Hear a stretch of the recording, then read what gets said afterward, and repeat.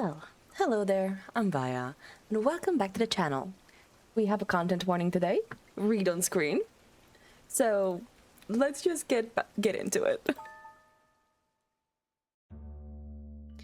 When you come to, you're in a strange and unfamiliar dark room.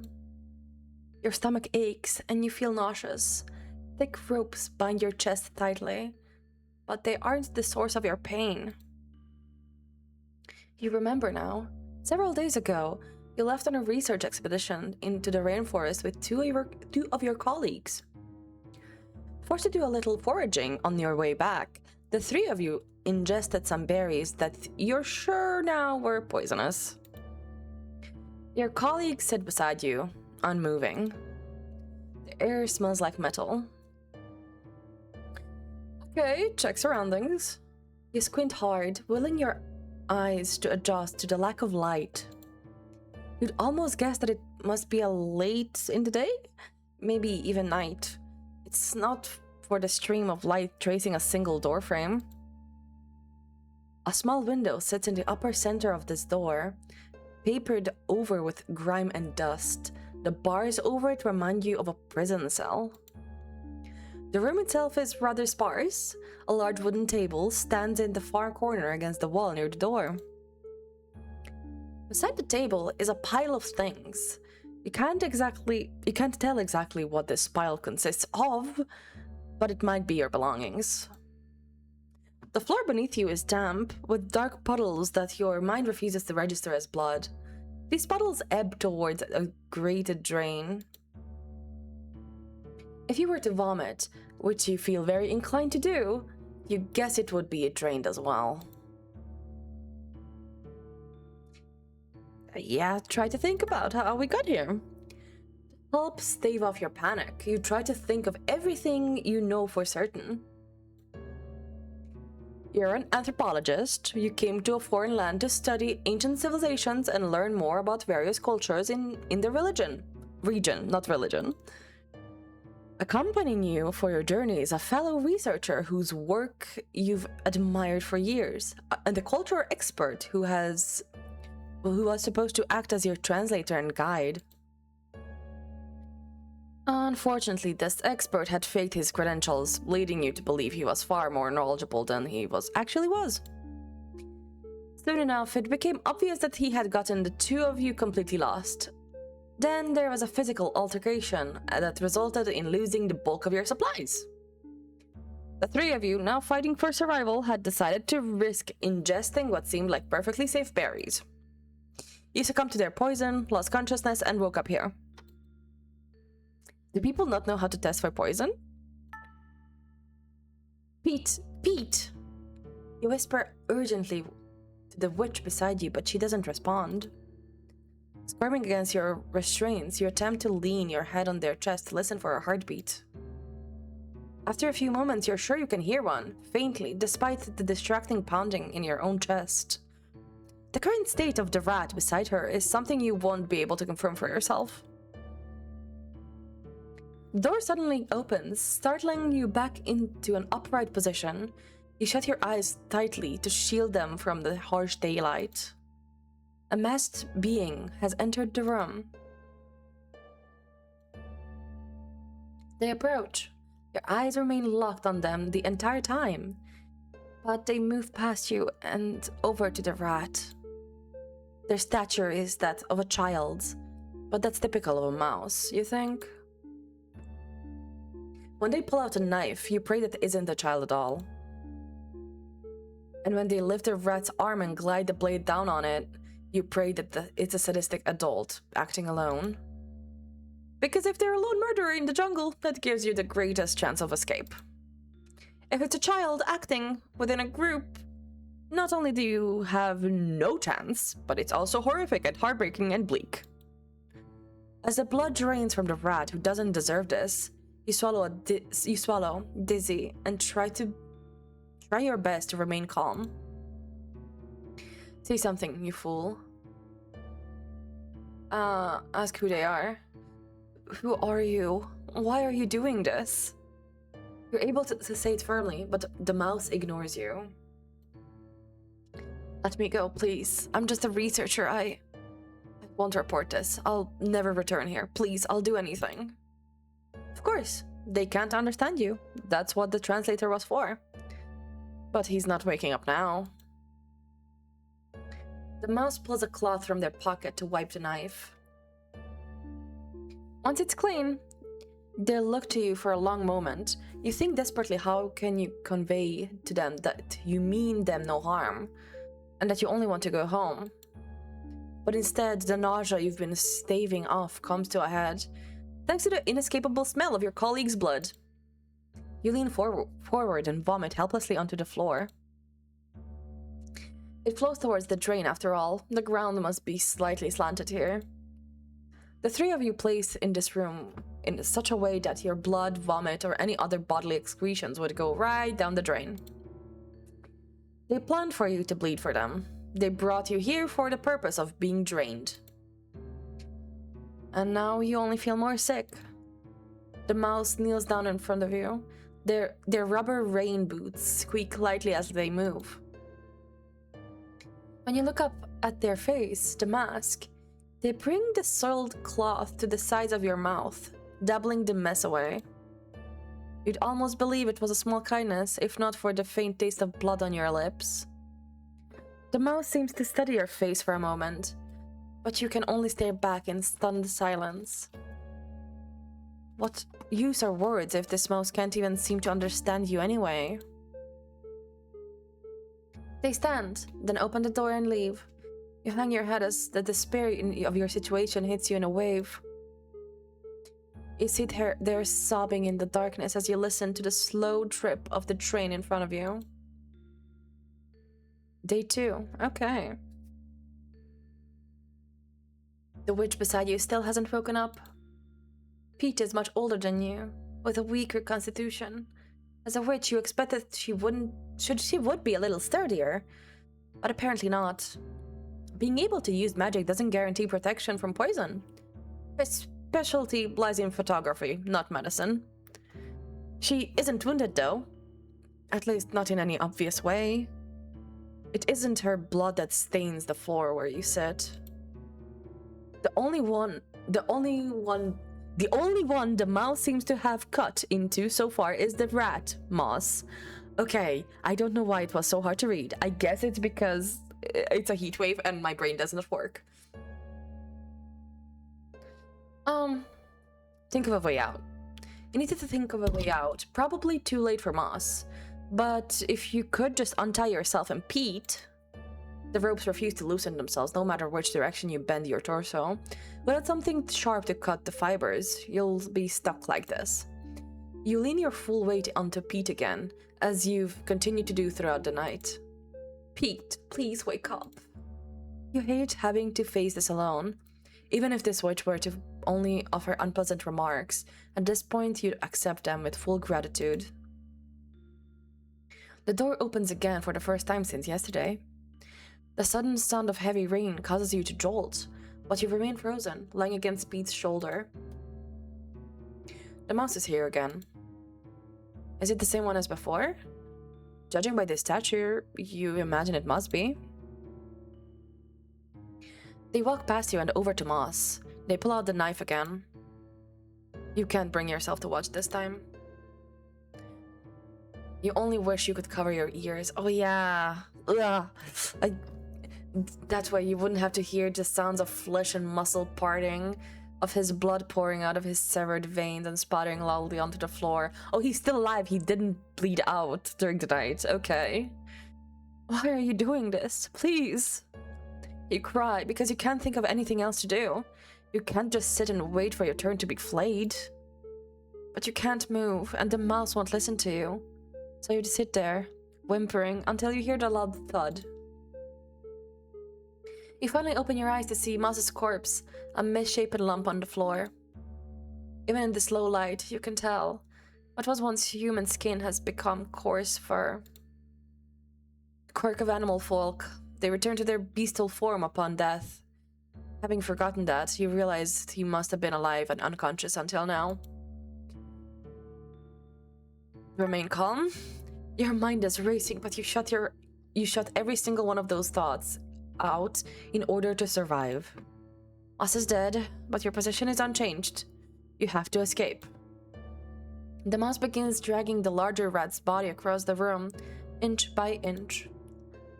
You're breathing hard, but as you watch this tiny mouse struggle to move this heavy corpse, you almost feel bad for them. That's when you finally think of something you can do. Hey, untie me. The mouse stays focused on their task. He's heavy, right? Untie me and I'll help you move the body. You almost can't believe that what you are saying. Your shaky breath steadies the more you talk. It's so sad watching you try to move him alone. Please, can I help you? The mouse stops to look at you. Their masked face sends a chill down your spine. You worry that being alone, being able to read their expression would feel even worse. You have their attention. You have to commit to this now. Where are you moving him? I can help you. I promise I'll help. But I can only do that if you untie me. And you can tie me up again afterwards, of course. I'll cooperate, please. I just want to help. The mouse steps over the rat's body and kneels in front of you, the same as they did when you vomited yesterday. I'm not supposed to talk to you.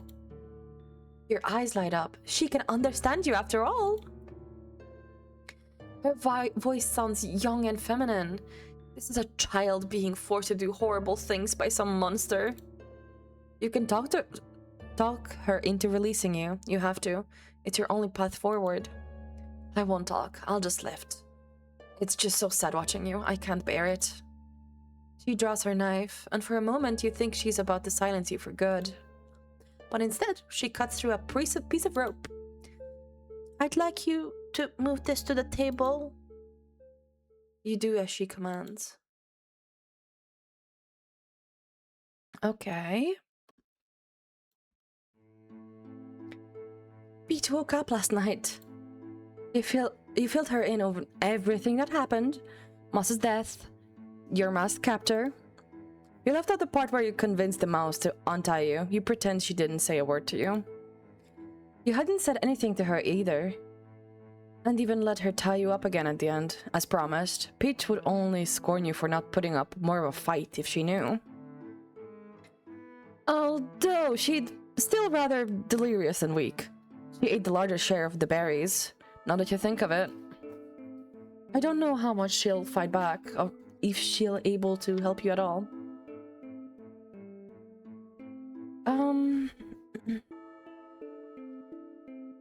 Think of what to do next. Your ropes aren't as tight as they were before. You've tried squirming around again, but you haven't gotten them to budge. Still, they're a little less uncomfortable. Your muscles are stiff from being stuck in one position on the floor. You wonder if the mouse would be willing to leave you untied in this room. The door is locked anyway. You need to earn more of her trust, at the very least. You'd rather Pete be the one to be drained next. The door opens, and the mouse enters the room. Let us go. We can pay. Do you understand? Pete speaks quickly in a demanding tone, but the mouse ignores her, as expected. What is it that you want? Food? Wealth? I won't be made into a ritual sacrifice. We can make this worth your while. The mouse kneels down before the witch and holds the knife to her skin. Pete flails in a panic, knocking the knife from her hands. It slides across the floor towards the drain, but it doesn't fall in. Oops. The mouse calmly collects her knife. You're silent, thinking desperately of way to delay her further. Loam told me all about how you butchered that rat. You collected his meat. For what? Are you cannibals? Or do you toss the remains into a pit to appease your god, you fucking savages? She falls over to where Moss once sat, failing dangerously again as the mouse takes slow steps towards her.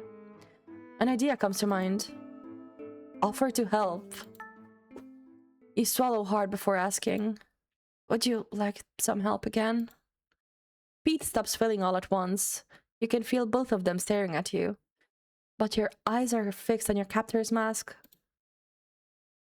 The mouse nods. Okay. Whoa, okay, so, okay, alright, I see. Pete refuses to speak to you. He tried to explain that you only held her down like that as a part of your ploy to earn the mouse's trust. And you got results. You convinced her that she didn't need to trouble herself with tying ropes around your whole body. So today, it's just your hands that are tied. You've been able to pace about the room, which feels much better than sitting on the hard floor. Your odds of survival are slowly increasing. You don't worry about Pete's blood spilling down the drain. He's weakened, but still alive. The cut was far from fatal. Well, search the room, I guess. Though you can't do much with your hands tied behind your back, you were able to confirm a few things about this room. 1. There is no way out. The door is locked. The small window on the upper center of it is barred, and there doesn't seem to be any other exit. 2. The pile of things next to the table comes indeed contain your belongings. You thought as much on the first day you woke up here? Oh my god. And you're happy to learn that they were not thrown out or being stored everywhere, somewhere where you couldn't be able to recover them. You weren't able to open your bag on your own. You're too afraid to move anything too far out of its place anyway. If only your hands were untied, you could dig through your belongings to find something sharp enough to use as, well, a means of escape, either untie Pete or as a weapon. You hopefully wouldn't have to use on a living person. You didn't need to call them savages, you know? Pete gives you a slight silent glare. It's offensive. If they were a city of mice, you'd call them murderers, right? So just say murderers. Lom. You are, for once, relieved to hear her voice. Yes. I do not need your lecture on political correctness when I am bleeding out because of you. You purse your lips. Sorry. Yeah, no shit. You rack your brain trying to figure out your next move, but it's hard to think on an empty stomach. You've been running on an adrenaline these past 3 days, and your nerves are completely shot. You were, at the very least, given some water yesterday, both you and Pete. They seem to want to keep you alive for a little longer, but you aren't sure exactly why, or for how long. Maybe you'll be able to get some answers today. You decide to make that your goal. The little mouselet returns. You move back to your place next to Pete in a show of cooperation. When she kneels down and draws her knife, Pete interjects with a level composure you're shocked to hear from someone crumpled, bound, and bleeding on the floor.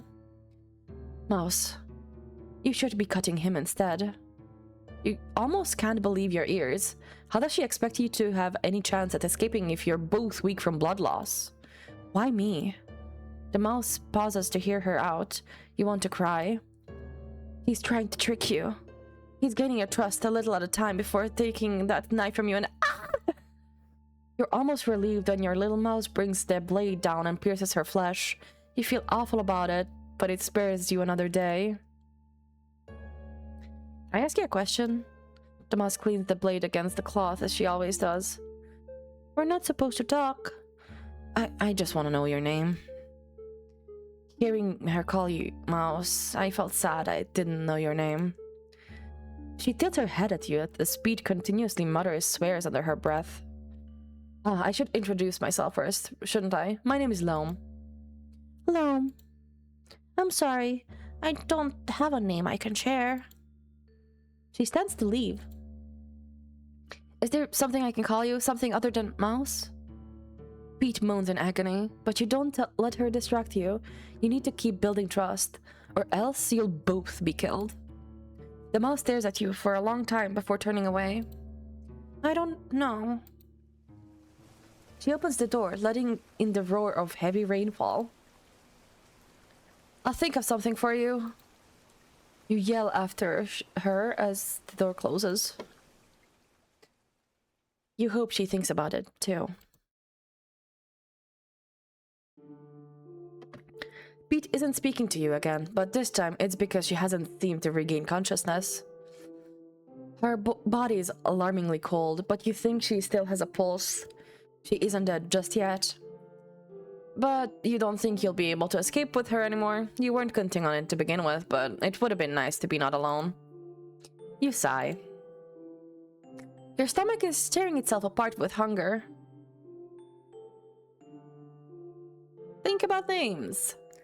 A name for the faceless mouse. No, she isn't faceless, only masked. The group she's working for, the one that tells her not to talk to you, the one keeping her nameless and anonymized, that group is keeping her personhood from her. By giving her a name, you can work towards removing that mask. The door opens again. Each time it does, you brace yourself for a new mouse, a stranger to walk through the door. You brace yourself for your strategy to be completely overturned, for your progress to be reset, and to feel overcome with despair as a stranger drives their blade deep into your flesh, to be cut into pieces, bones discarded, and carried out in metal pails just like moss. But you can tell it's her again today. The mouse who will help you escape from this place. Her hood and boots are drenched with rain. She doesn't bother to shake off any of it. Instead, she looks right at you and makes a small sound like she's smiling under the mask. It's how you want to be greeted, so it's what you imagine that's what sound must have meant. You smile back. Forgive me for speaking, but I've still been thinking of what to call you. I don't know what kinds of things you like, so I mean, if I don't give you a name, I think it should be something you like, so what do you... I do have a name. You pause, blinking twice. Yesterday you said you didn't, so I'm sorry to have jumped to conclusions. The mouse kneels down in front of Pete and draws her knife. I can't share it. We're all given sacred names by the highest power. She makes her incision. You don't watch the blood leak from Pete's arm. You can only look at the mask. We're not supposed to share our secret names, but I think it's okay if I tell you what my name means. And then you can call me something based on that. Does that work? She's making concessions to you. You're compromising. It's something small and trivial, but she's willing to negotiate with you, which means you still have a chance of negotiating your freedom. What does your sacred name mean? Water from the heavens, where the highest power lives. I'm proud of my name, so if you can call me something like that, I'll be happy. She wipes her knife. Pete is still. Think of a name. Trying to think, like it feels like wading through a deep bit of mud, but you finally land on something. Little raindrop. The mouse doesn't react, so you rush to explain. It's not a name, but a term of endearment, like sweetheart or pumpkin. Pumpkin? My grandmother used to call me that, back when I was a little tyke. You don't think about the ways Pete reminds you of your late grandmother. How old are you, little raindrop? She thinks for a moment. 16. Too young. She's far too young to be taking lives like this. So, though you realize it's likely because she's so young that this group has been able to mold her into a killer. The mouse turns her attention back to the witch lying still on the floor beside you. It's hard to tell when a witch's heart has stopped beating. Can you help me again? You swallow hard and turn your head to finally face what's become of Pete. Sure. Okay. Whew, we don't see it. You sit on the blood-soaked floor with ropes tied loosely around your body, though not so loose that you could shuffle your way out of them. The other mice had apparently scolded the little raindrop for leaving you unbound. It wasn't proper. She told you the highest power would be displeased and that she had no choice but to tie you up like before. Your eyelids are heavy. You feel hollow. Somehow, you've ended up making negative progress. Today, you're all alone. You squirm lazily in place on the floor, but the ropes don't give an inch. You want to cry, but you're already dehydrated. You want to go home, but you cannot leave this room. You want to die, but only if it's painless. You don't want to bleed like Moss and Pete did. You don't want to be reduced to chunks of meat and forgotten. It's late when the mouse arrives. So late that you almost believed she wouldn't come today. You're a raindrop. Hello. The candlelight reflects off her mask, a terrifying figure. You smile weakly. I'm here because I was able to sneak away with some leftovers. Food? She brought you food. She's still on your side. Your little raindrop from the heavens. She came here because she didn't want you to starve. Is it really okay to be giving me your food? I hope you've already eaten your fill. She kneels down in front of you, presenting a bowl of stew. We're having 3 feasts in a row, so I don't mind sharing some. Thank you, little raindrop. Another sound comes from behind the mask, as if she's smiling at you again. You want to believe that. I can't untie you, so I'll feed you myself. She holds up a spoonful of the dark stew. Your eyes linger on the chunks of meat. It's Pete. Pete is in there. Eat. You're doing what you have to do in order to survive. It would be all meaningless if you were to die here like this. That's why you have to do whatever it takes.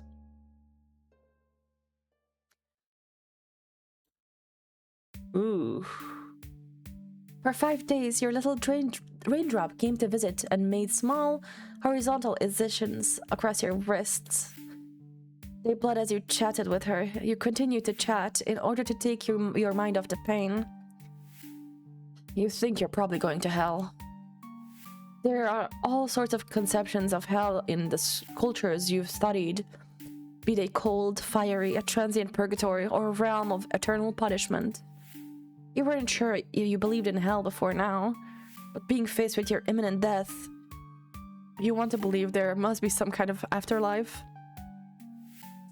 You can't imagine whatever is next would be a peaceful paradise with your family, your ancestors happily waiting there for you. Surely that's some kind of retribution is coming for a coward like yourself. What's being done to you now? It isn't enough. The blood coagulates, the wound scabs over, a fresh incision is made.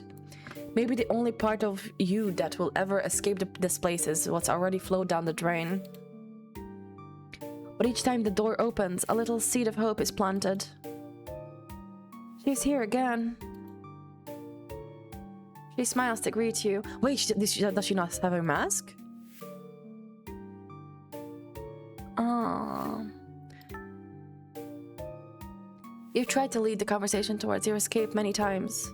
You even offered to take the little raindrop with you, to show her the world. But there's only so hard you can push. Other mice tell her that the outside world is full of dangers. You've tried to show her that it is instead full of wonders. Ironically, it is your wanderlust that has landed you in this danger. But that doesn't have to be true for this mouse. She doesn't have the courage to flee. And you fear you no longer have the strength. So you admit defeat.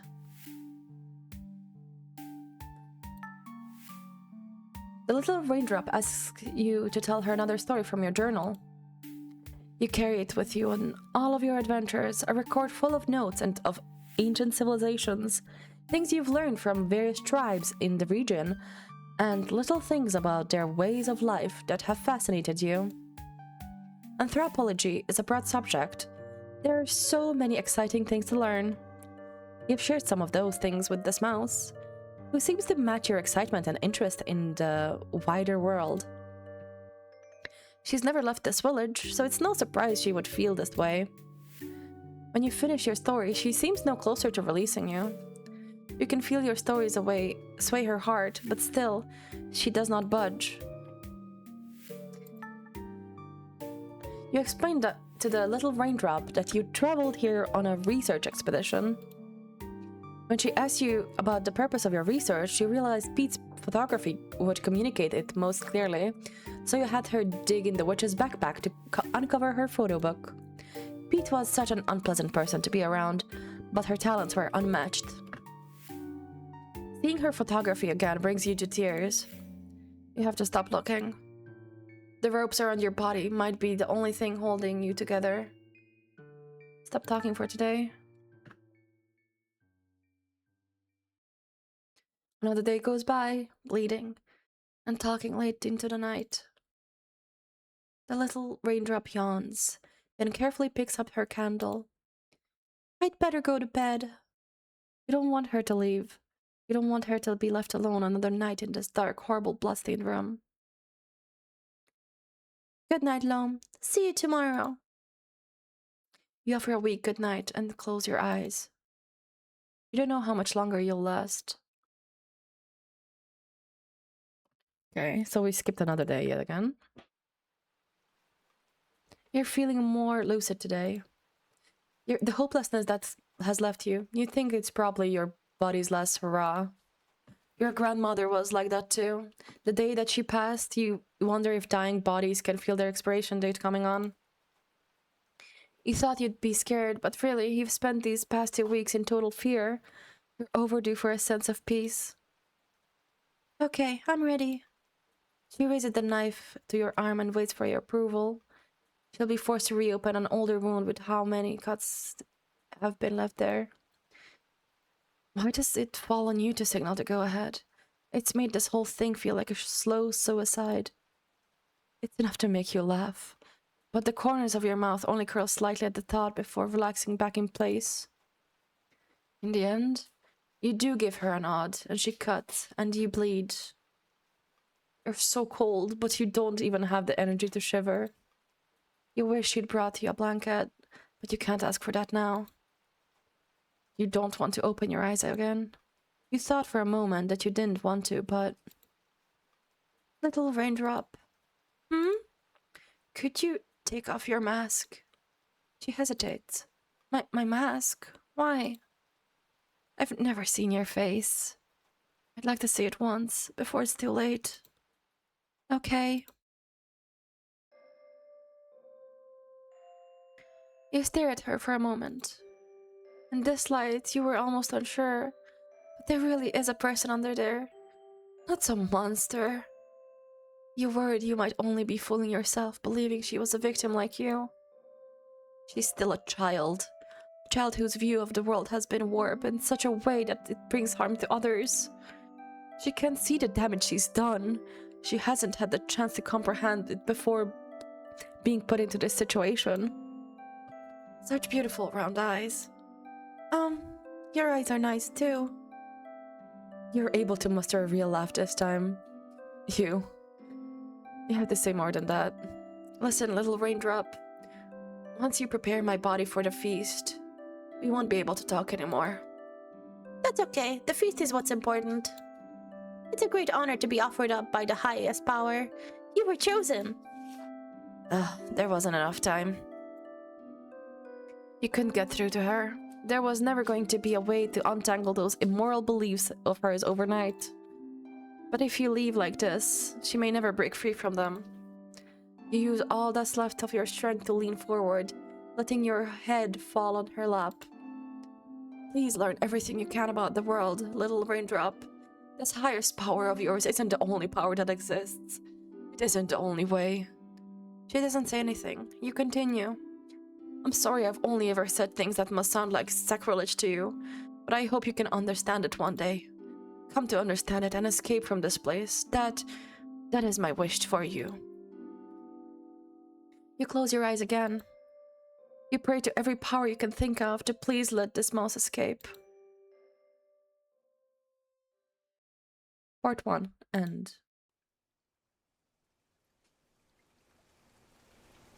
After the feast that day, I thought the highest power wouldn't be passing down any more blessings for a while. 3 at once had been a lot of work. I had only ever managed to 2 at a time before. I thought maybe the highest power was pleased with how well it went, and that's why it sent us a 4th. I hope this new offering was as nice as you were, so I'd go with the slow draining method again. So we are playing as the mouse now. I knew I wasn't supposed to talk to them. Meals are to be eaten, not spoken with. That's the rule. But the monkey was wide awake when I came in to start the training ritual, and I wanted to see if she was a nice person like you were, alone. I had a lot of fun talking to you, so I wonder if other outsiders would share their stories with me like you did. She said she was a member of a search party that was sent out to look for a group of researchers who disappeared in the rainforest a month ago. A witch called Pete, a local rat who was hired as their guide, and the leader of the expedition, an anthropologist. Loam. I was happy to hear someone else say your name. I was happy to be able to talk to someone who I knew about you, because I couldn't explain all that stuff to any of my brothers without getting in trouble.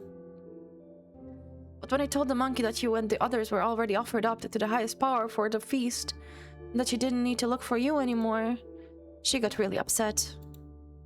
Outsiders always have trouble accepting the highest power's will. They can't comprehend the honor of being bestowed upon them. She struggled a lot, and I wasn't able to use the knife because of that. I'm the only one assigned to the dining preparation house right now, so it's up to me to carry out the ritual. I had to come back later that night, when she had calmed down. Things proceeded normally after that. I didn't try talking to her again. Think about Loam. I wish you'd stop cutting me. Your words made me hesitate back then. You were always doing favors, so for a moment, I wanted to do as you asked. I shook my head. I have to do it. Who's telling you that that you have to do all of this, little raindrop? Well, it's in the preparation for the feast. I have to follow the steps. Even if what you're doing is wrong?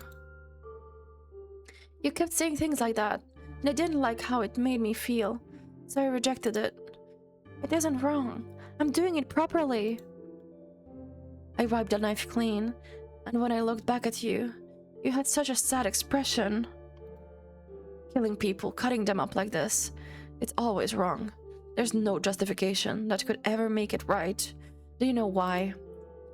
I knew I couldn't trust anything outsiders had to say, but I was curious to hear your reason. So I asked, why? Because life is precious. Each one of us is given only one life. And when it ends, that person is gone forever. It's a loss you can never get back. Not even with magic. That's why you mustn't do things that end others' lives. It's wrong, because it takes something away from this world that can never be returned.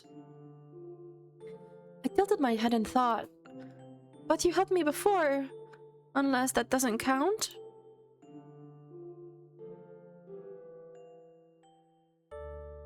After that, you went quiet, and you didn't look at me anymore. I wonder why. Once the draining ritual was finished, it was time to get the monkey's body ready for the feast.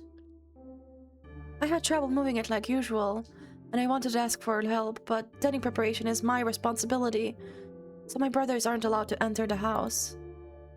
I tried to move the bodies even though they are heavy, because it's easier to work at the table. I'd been doing this since I was 13, so I have a system.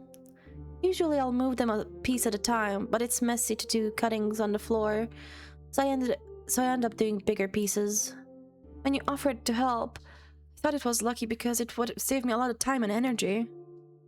It let me focus on my next step, and I felt refreshed by the end of it. Mercy from the highest power, who knew I had 3 feasts to help prepare. But you're not here anymore.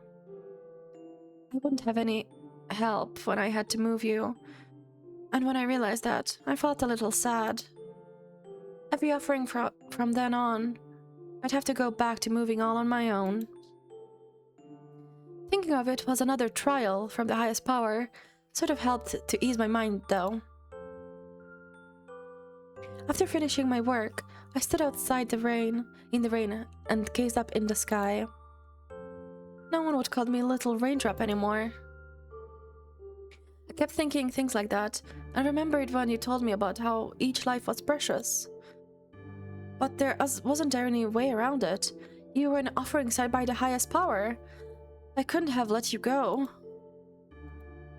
During the next feast, I felt kind of sick, so I couldn't eat very much.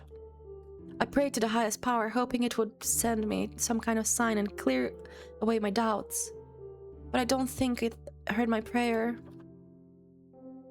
My brothers encouraged me to keep praying and told me I would feel better soon. So that's what I did. Stop praying. The next time an offering was sent, I couldn't bring myself to drive the knife into their body. I'd been reading your journal a lot and kept thinking about everything you wrote in there. We aren't supposed to read books the highest power doesn't approve of, but I figured a handwritten journal doesn't really count as a book, so it was okay. But the more I read, I just felt so sad that I couldn't ask you to explain things for me, because you were gone. I felt sad that I was already starting to forget the things you did explain. The stories you told weren't written in the journal. And since I felt stuck and couldn't do my work like usual, I ended up untying the ropes. I unlocked the door for them, and they ran outside right away. The others caught them, of course, and they were brought back and tied up again. You really dropped the ball this time. The highest power would have been so unhappy with us if he'd lost their offering. I nodded, feeling ashamed. Well, no harm done. The feast must go on. They patted me on the back with words of encouragement, but I knew I would have to return to my work after that. I knew I was going to have to take another life. I'm not feeling well today. Do you think someone else could do this in my place? You've been saying that a lot lately, but we are all busy with our own tasks. If you really aren't feeling well today, then don't push yourself. Come back to it tomorrow. I'm sure you'll be blessed with a speedy recovery in the order to get a job done for the time of the feast, brother. We're all counting on you. Okay, I'll rest for the day. I felt guilty for slacking off when everyone else was working so hard. I'd always been pretty diligent because the highest power smiles upon diligent minds the most. I wanted to be smiled upon. I started to think that the reason I was feeling bad was because I kept bending the rules, but was what I was doing so wrong? I knew I shouldn't have let an offering go. It was like I was rejecting the highest power's divine will. But when I thought about going through with the whole preparation process again, I wanted to run away from it all. Follow that feeling. I mentioned I'd been reading your journal a lot, but actually, I've been writing in it too. There was a lot of blank pages left over. I hope you don't mind me using them. You didn't get the chance to write anything about my village, so I thought I'd write about what life is like here instead. Each of us has a job to do: farm work, cooking, laundry. The highest power assigns us a sacred task, and the village will prosper as long as those tasks are fulfilled. We wear the same clothes, eat the same things, share the same beds, and put on the same mask. Our masks are a symbol of the highest power. We wear them to reflect its image, so that it knows we are its servants. Questioning the highest power is dangerous because it means we could lose its protection. I want our village to be protected, so I wasn't able to question it before. But your writing and your stories, you helped me look at things in a new way. If outsiders don't have the protection of the highest power, then how do all those thriving cities you told me about really exist? Is it possible to live a good life while abandoning our sacred tasks? I was too afraid to find out, so I picked up the knife and did what I was supposed to. I don't think I ever told you this, but someone else was assigned to this task before me. An older brother. He was killed, and the offering escaped. I was the only one the highest power chose to replace him. It was hard work, but I was happy to have a purpose. I was happy to be chosen back then. But now? I think you were right. That life is precious. You're gone, and you'll never come back. And it wasn't just you. How much has been lost from this world with every feast? I started to feel worse and worse about taking part in it. I stopped eating the meat, but I couldn't get out of fulfilling my task. Unless I were to go somewhere outside the highest power's reach. One night, I cut a hole in the chain link fence and I stepped outside the village for the first time. I looked up past the thick canopy to the vast starry sky and felt so small. I thought about the scary stories I've been told. What happens to mice in the outside world? If I continued beyond the fence, I'd be entering the realm of the dangerous predators who would eat a mouse without a second thought. Maybe that's why my village became what it is, a place where instead of mice are the ones to feast on others. All while under the protection of the highest power. I stood under the stars for a long time to see if I'd be able to endure it. And then I retreated back into the safety of my village.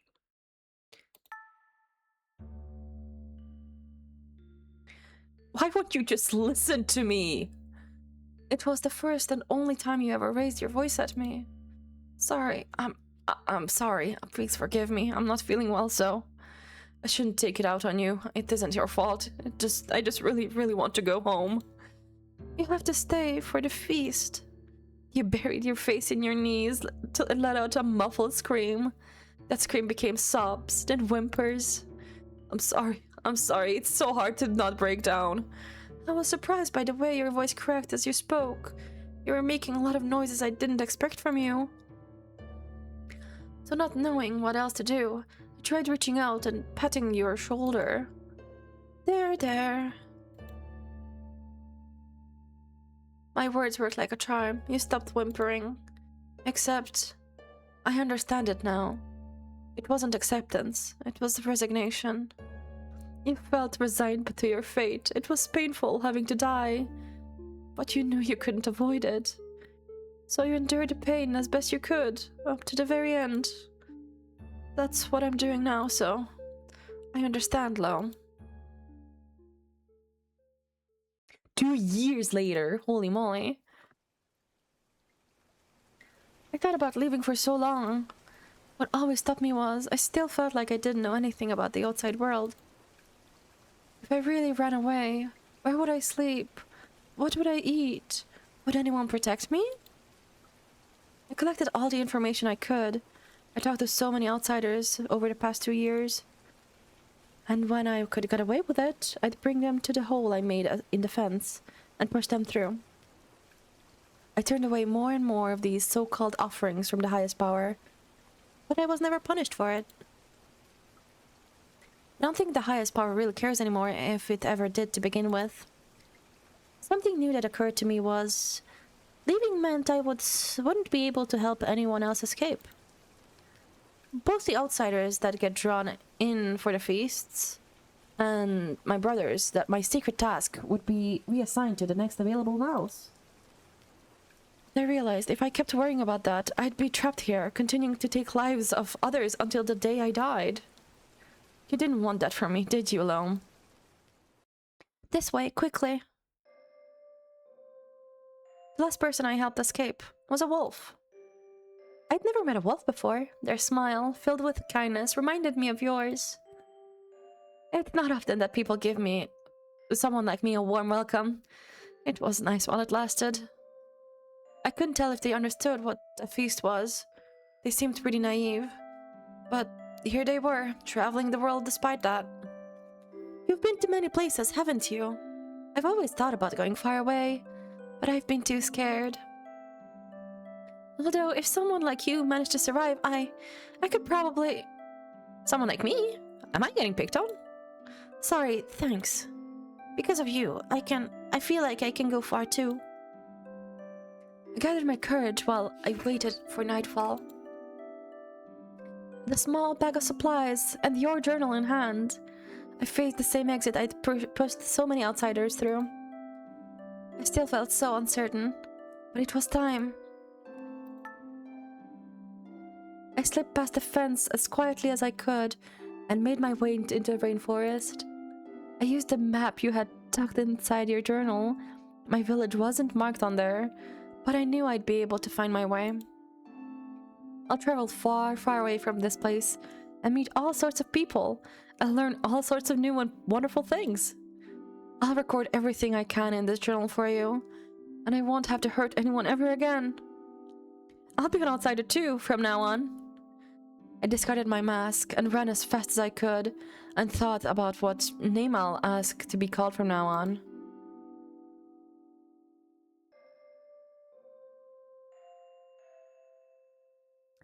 Dang.